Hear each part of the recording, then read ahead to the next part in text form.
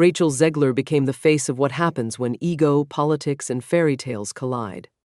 Well, welcome to Rachel Zegler's reality, star of Disney's Snow White, and now, unofficial queen of Hollywood flops. Because not only did the film bomb at the box office, it torched careers, sparked controversy, and turned Rachel's red carpet moment into meme fuel. And yes, she's absolutely losing it right now. Let's break down the mess. Because this wasn't just a flop, this was a royal disaster. So Rachel Zegler, once hailed as the next big thing, found herself in what looked like a private screening of her own film, but not in a very important person way. No, this was more please clap than premiere party. She brought friends, probably for moral support, but the vibe was off. Dead silent theater, empty seats, popcorn kernels crying, and before fans could rush to her defense, claiming she rented it out, social media blew up with videos of empty showings, not just hers, everywhere. Theaters were so empty, they made Dumbo look like a box office juggernaut. And that elephant literally flew away from theaters. Disney reportedly dropped a whopping $370 million to make and market Snow White. What'd they get in return? A $43 million opening weekend, followed by a 66% nosedive. Second weekend numbers? Just $14.2 million. Meanwhile, a no-frills action flick A Hardworking Man, with less marketing and fewer theaters, took the top spot. Let that sink in. A simple action movie bodied Disney's crown jewel.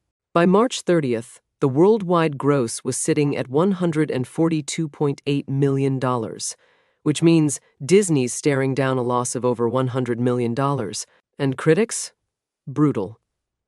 The IMDb score dropped to as low as 1.4 out of 10. That's not bad. That's erase it from existence. Bad. But here's where things go nuclear.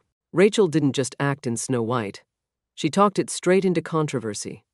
From calling the 1937 original tweerd, to roasting the prince as a stalker, to claiming the movie needed fixing like it was broken in the first place.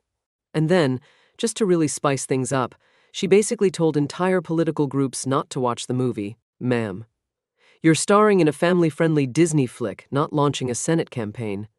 Then came the CO star chaos.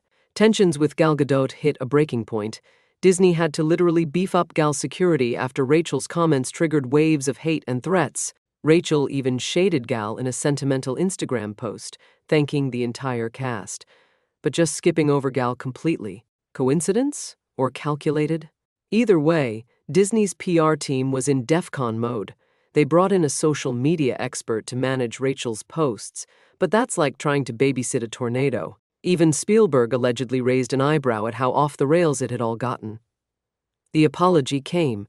It was awkward, and fans weren't buying it. By then, it was too late. Hollywood started ghosting Rachel. Toy Story 5, cut. Pirates of the Caribbean reboot, gone. Blumhouse horror trilogy, not anymore. Suddenly, Rachel had more canceled roles than box office receipts.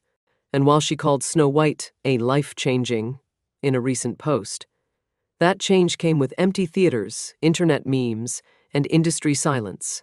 From red carpets to Reddit threads, Rachel Zegler became the face of what happens when ego, politics, and fairy tales collide.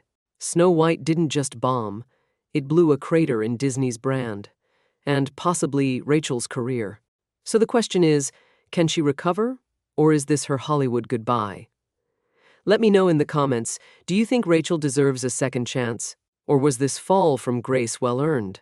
And hey, if you enjoyed this breakdown, don't forget to smash that like button, subscribe for more celebrity chaos, and tap the bell so you don't miss the next plot twist from Tinseltown. Because around here, happily ever after doesn't come with a guarantee. Peace.